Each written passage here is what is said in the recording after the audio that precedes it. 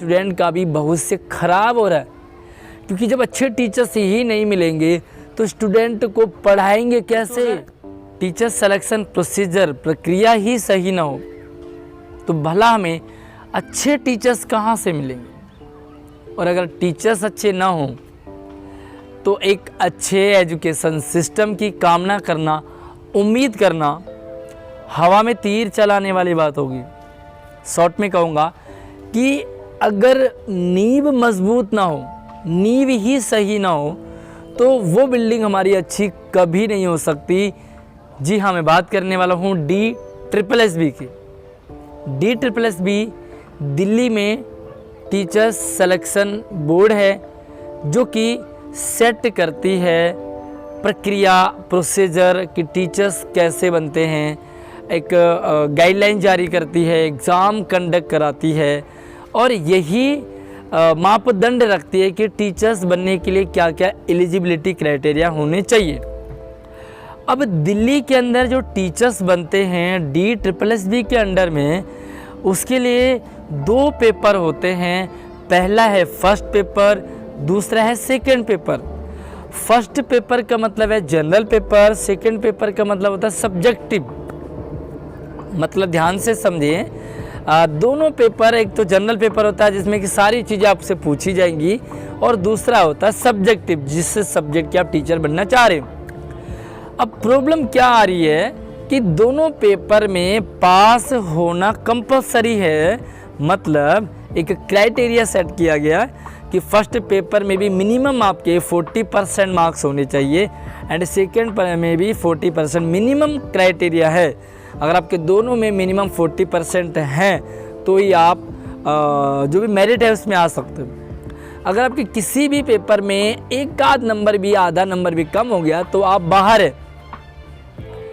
अब प्रॉब्लम क्या आ रही है कि समझ से ये परे है कि मान लीजिए आपको मैथ का टीचर बनना है या साइंस का टीचर बनना है, किसी भी सब्जेक्ट का टीचर बनना है, आपकी सब्जेक्ट में अच्छी पकड़ है, बहुत अच्छा पढ़ा सकते हैं आप, बहुत अच्छी नॉलेज है आपकी उस सब्जेक्ट में, और जब आप उस सब्जेक्ट के टीचर बनते हैं तो आप अपने स्टूडेंट को अच्छी नॉलेज दे सकते हैं, अच्छा पढ़ा सकते हैं, क्योंकि आपका वो वाला सब्जेक्ट स्ट्रॉन्ग है।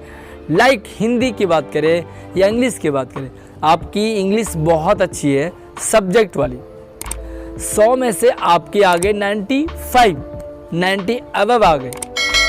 बट आपका फर्स्ट पेपर जो कि क्लियर करना ज़रूरी था उसमें आपके रह गए 39, 40 नंबर में पास होगा तो आप चाहे सब्जेक्ट में कितने भी अच्छे क्यों ना हो, आपको डिसक्वालीफाई कर दिया, आप रिजेक्ट हो गए, आप टीचर नहीं बन सकते।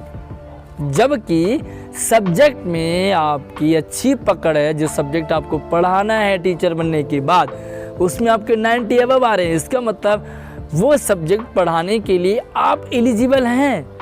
वो सब्जेक्ट आपका इंग्लिश, मैथ, साइंस कुछ भी हो सकता है। यहाँ पर सबसे बड़ी बात यह है, सबसे बड़ी कमी है कि DSSB को यही समझ नहीं आ रहा कि फर्स्ट पेपर में अगर 1 नंबर कम रह जाए लेकिन उसकी सेकंड पेपर में अच्छी कमांड है तो भाई वो टीचर बनने के लायक है। यही टीचर अच्छी एजुकेशन सिस्टम पॉलिसी बना सकते हैं। ये टीचर्स बच्चों को वेल एजुकेटेड कर सकते हैं। ये टीचर्स अपने सब्जेक्ट में अच्छे हो सकते हैं और जब ऐसे टीचर्स टीचर बनते हैं, ऐसे कैंडिडेट, तो इनसे बच्चे मतलब अच्छा पढ़ सकते हैं क्योंकि इनके पास नॉलेज है। अब आप ये देखिए, दूसरे टाइप का वो भी टीचर है जिसके 40 फर्स्ट पेपर में 40 से ज़्यादा आ गए, बट सेकेंड पेपर में उसके 45 और 50 ही हैं।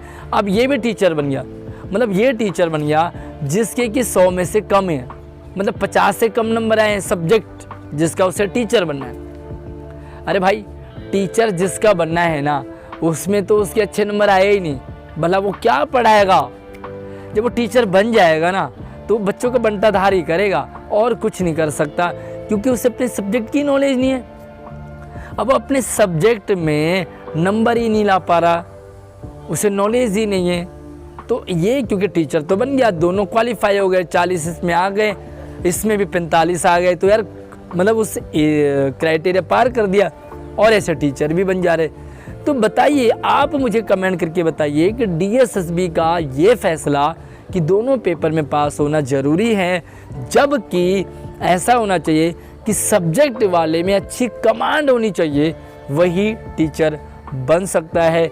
हालांकि संस्कृत के लिए, उर्दू के लिए और पंजाबी के लिए अभी हाल ही में एक नोटिफिकेशन आया है जिसमें कि फर्स्ट पेपर को क्लियर करना कंपलसरी नहीं है। क्या ये बाकी सब्जेक्ट में भी नहीं होना चाहिए?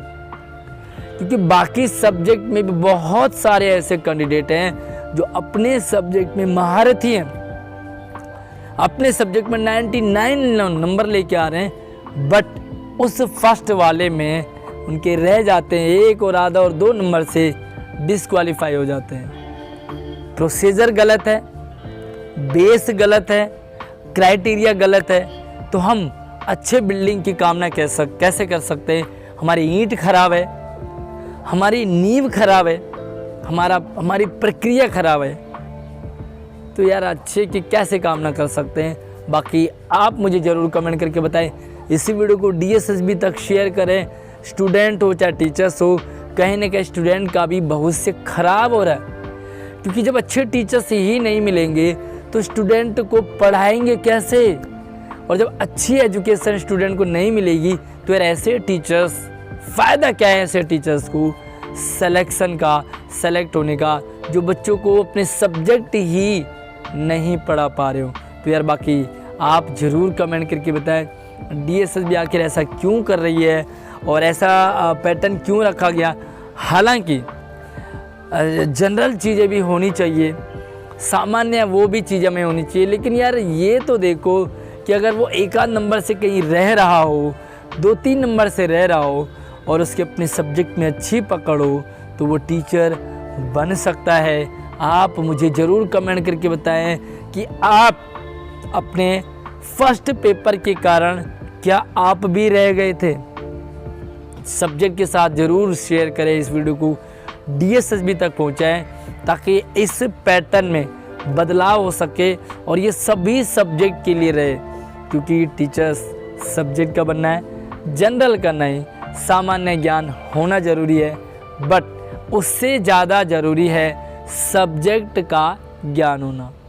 सामान्य ज्ञान बहुत अच्छा है, लेकिन हमें सब्जेक्ट की नॉलेज नहीं हो तो ऐसे में बच्चों का बंटाधारी होगा, एजुकेशन सिस्टम का बंटाधार होगा।